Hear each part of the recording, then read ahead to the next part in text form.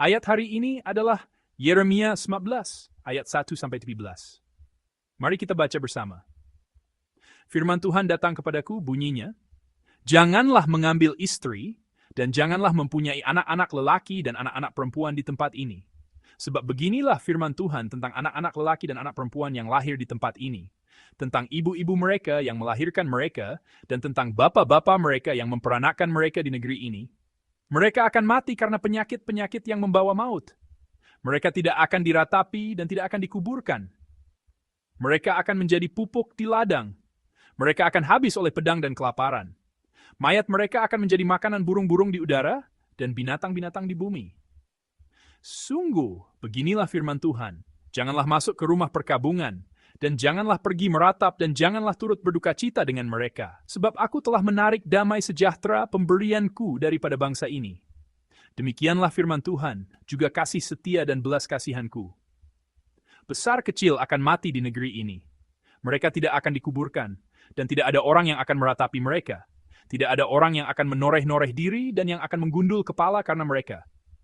Tidak ada orang yang akan memecah-mecahkan roti bagi orang yang berkabung untuk menghiburkan dia karena kematian itu. Bahkan tidak ada orang yang akan memberi dia minum dari piala penghiburan oleh karena kematian ayah atau ibunya. Janganlah engkau masuk ke rumah orang mengadakan perjamuan untuk duduk makan minum dengan mereka. Sebab beginilah firman Tuhan semesta alam, Allah Israel. Sesungguhnya, di tempat ini, di depan matamu dan pada zamanmu, akan kuhentikan suara kegirangan dan suara sukacita, suara pengantin laki-laki dan suara pengantin perempuan. Apabila engkau memberitahukan kepada bangsa ini segala perkataan itu, dan mereka berkata kepadamu, mengapakah Tuhan mengancamkan segala malapetaka yang besar ini terhadap kami? Apakah kesalahan kami, dan apakah dosa yang telah kami lakukan terhadap Tuhan, Allah kami? Maka engkau akan berkata kepada mereka, oleh karena nenek moyangmu telah meninggalkan aku, demikianlah firman Tuhan. Dan oleh karena mereka telah mengikuti Allah lain dengan beribadah dan sujud menyembah kepadanya, tetapi mereka meninggalkan aku dan tidak berpegang pada Tauratku. Dan kamu sendiri berlaku lebih jahat daripada nenek moyangmu. Lihat, kamu masing-masing mengikuti kedegilan hatinya yang jahat daripada mendengarkan kepadaku. Maka aku akan melemparkan kamu dari negeri ini ke negeri yang tidak dikenal oleh kamu ataupun oleh nenek moyangmu. Di sana kamu akan beribadah kepada Allah lain siang malam, sebab aku tidak akan menaruh kasihan lagi kepadamu. Amin. Filsuf eksistensialis Jerman Heidegger pernah berkata, bahasa adalah rumah keberadaan. Sederhananya, perkataan seseorang dan cara ia berbicara menunjukkan orang seperti apa dirinya. Orang yang banyak mengucapkan keluhan dan ketidakpuasan menyimpan watak yang tajam dan penuh keluhan di dalam batinnya. Orang yang suka mengkritik adalah orang yang meninggikan diri dan menempatkan standarnya sendiri sangat tinggi, sehingga kesombongan dan keangkuhan berakar di dalam dirinya. Dari perkataan seseorang, kita dapat melihat apa yang dianggapnya penting dan seperti apa karakternya. Itulah yang dimaksud sang filsuf ketika berkata, bahasa adalah rumah keberadaan. Namun, ketika kita berkomunikasi dengan orang lain dalam kehidupan sehari-hari, kita menyadari bahwa ada bahasa yang lebih penting dan lebih kuat daripada perkataan yang keluar dari bibir. Kita dapat menyebutnya bahasa nonverbal. Bahasa itu tidak lain adalah tindakan dan cara hidup orang yang berbicara. Suaranya tidak terdengar, tetapi ia merupakan bahasa yang dapat dilihat. Ada orang yang kata-katanya terdengar indah, tetapi hidupnya sama sekali tidak sesuai dengan perkataannya. Dalam menjalani kehidupan, kita semua tahu bahwa bukan orang yang hanya pandai berkata-kata, melainkan orang yang diam-diam menunjukkan keadilan dan kebenaran melalui hidupnya, yang jauh lebih kuat menggema di dalam hati kita. Orang seperti itu memiliki ketulusan dan daya meyakinkan. Nabi Yeremia, yang terus kita renungkan, menyampaikan pesan Allah bukan hanya melalui kata-kata, melainkan melalui bahasa seluruh tubuhnya, yaitu hidupnya. Sesungguhnya, semua nabi sejati yang muncul dalam Alkitab seperti itu. Ketika mereka menyampaikan kehendak Allah, entah itu tentang keselamatan atau penghakiman, hati dan kehendak Allah dinyatakan bukan hanya melalui perkataan, melainkan juga melalui hidup mereka. Sebaliknya, perkataan nabi palsu terdengar meyakinkan, tetapi hati Allah, keselamatan Allah, penghakiman Allah, dan kehendaknya sama sekali tidak tampak dalam hidup mereka. Kepada bangsa Yehuda yang telah rusak, Allah tidak menyuruh Yeremia hanya meneriakkan penghakiman dengan bibirnya. Dengan membatasi beberapa hal dalam kehidupan sehari-hari Yeremia, Allah juga menyatakan kehendaknya. Pada waktu itu, Yehuda Selatan telah terdesak hingga tepat menjelang kehancurannya oleh Babel, sebuah kerajaan yang kuat. Mereka sedang melewati masa yang sangat gelap dan penuh keputusasaan. Bukan hanya keadaan internasional dan moralitas rakyat yang memburuk, secara rohani pun pengharapan telah terputus sama sekali. Pada saat itulah Allah memberikan kepada Yeremia 3 larangan yang secara akal sehat sangat sulit diterima. Itulah isi firman hari ini. Larangan pertama terdapat dalam ayat 2, yaitu larangan atas kehidupan berkeluarga. Jangan menikah dan jangan mempunyai anak. Larangan kedua terdapat dalam ayat 5, yaitu larangan untuk bersolidaritas dalam kesedihan. Jangan pergi ke rumah perkabungan untuk bersedih atau menangis bersama. Larangan ketiga adalah larangan mengikuti perayaan. Jangan pergi ke rumah perjamuan untuk berbagi kegembiraan, makan, dan minum. Pernikahan, pemakaman, dan perjamuan. Ketiganya merupakan unsur terpenting dari kebahagiaan biasa dan hubungan yang wajar yang dapat dinikmati seseorang selama hidupnya. Pernikahan, pemakaman, dan perjamuan. Namun, Allah melarang semua hal penting yang menopang dan mengisi kehidupan sehari-hari itu. Kita dapat melihat bahwa syarat-syarat mendasar bagi manusia untuk menikmati kebahagiaan sebagai manusia telah ditutup sama sekali. Mengapa Allah memberikan perintah yang begitu keras? Tujuannya adalah untuk memperingatkan bangsa Yehuda secara nyata di depan mata mereka tentang betapa mengerikannya kehancuran dan penghakiman yang segera datang.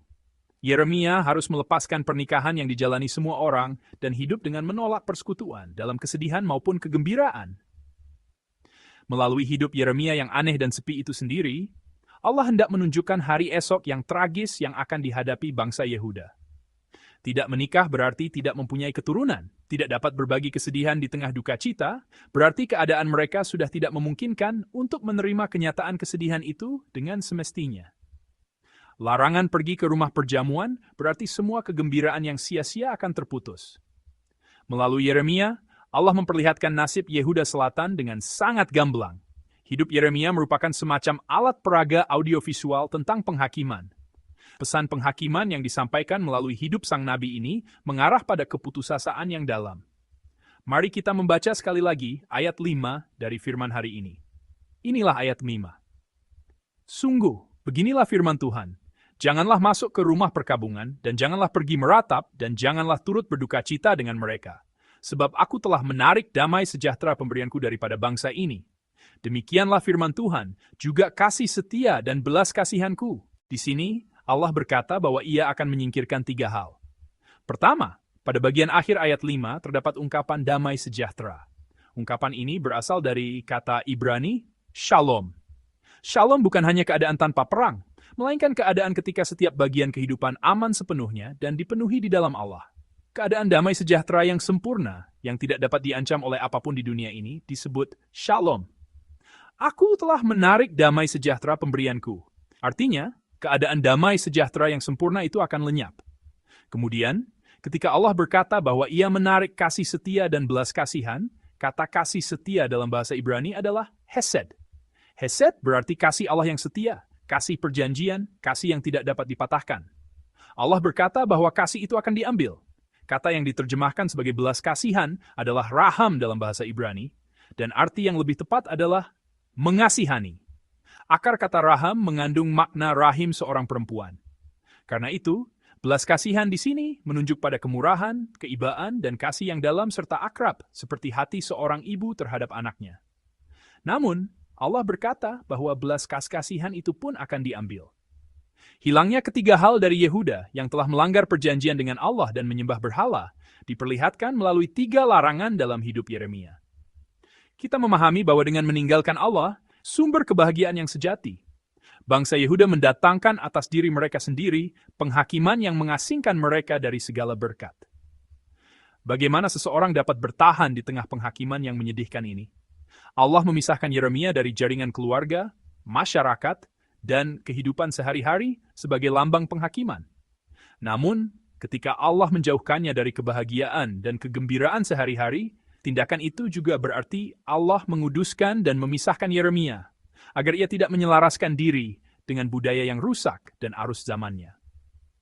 Pada zaman Yeremia, berbagi kegembiraan, berbagi kesedihan, dan menikah tidak lagi mengalir ke arah kegembiraan yang benar. Karena mereka telah membelakangi Allah, mereka bersukacita dalam hal-hal selain Allah, menjalin hubungan berdasarkan nilai-nilai selain Allah, dan menikah, serta membesarkan generasi berikutnya untuk tujuan-tujuan selain Allah.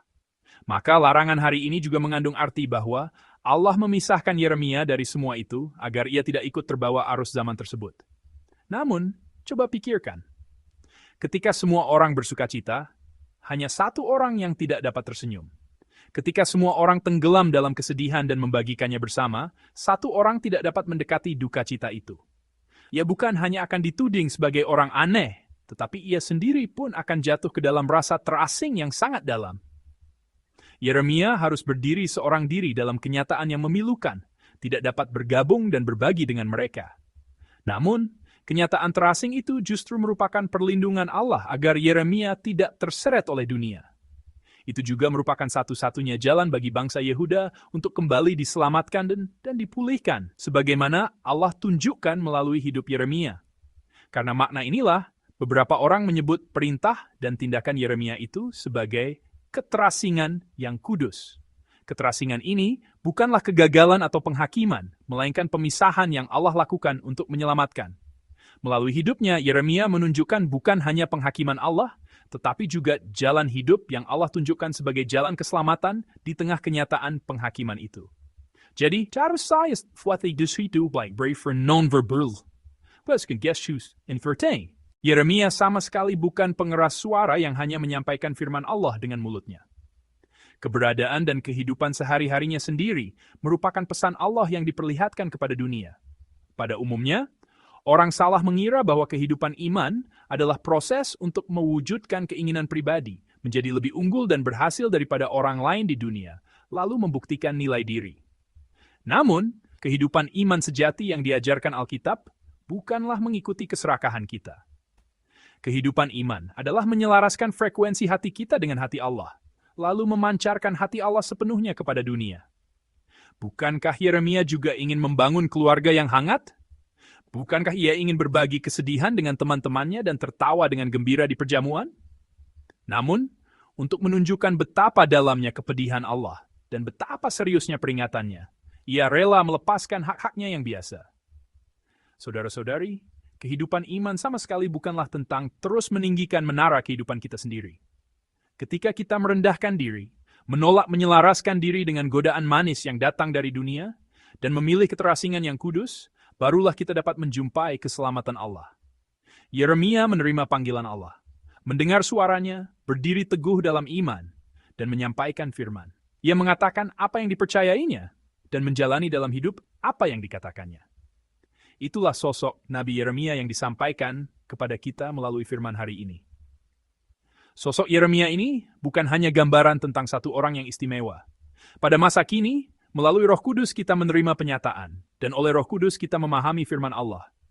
Kita dapat datang kepada Allah dan bersekutu dengannya. Bukankah inilah alasan Yesus mati di kayu salib dan mengoyakkan tabir ruang Maha Kudus dari atas sampai ke bawah? Jalan telah dibuka agar semua orang dapat masuk ke tempat yang sebelumnya hanya dimasuki oleh imam besar yang mewakili umat.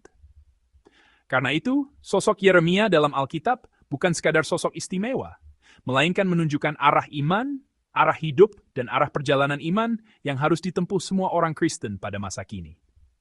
Saudara-saudari yang terkasih, orang-orang dunia pada masa kini tidak membuka dan membaca sendiri Alkitab yang kita bawa. Sebaliknya, melalui hidup saya dan saudara yang mengaku percaya kepada Yesus, mereka membaca hati dan kehendak Allah.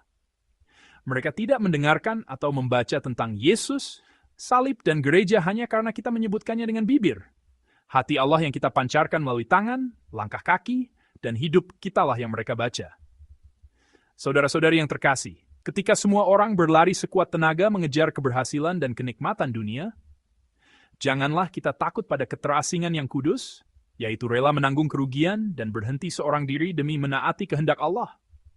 Ketika kita di setiap tempat berpijak dan menjalani hidup, tidak hanya mencari kehendak dan keuntungan sendiri, serta tidak ikut terbawa arus dunia, orang-orang dunia akhirnya akan melihat Allah yang kudus melalui kita.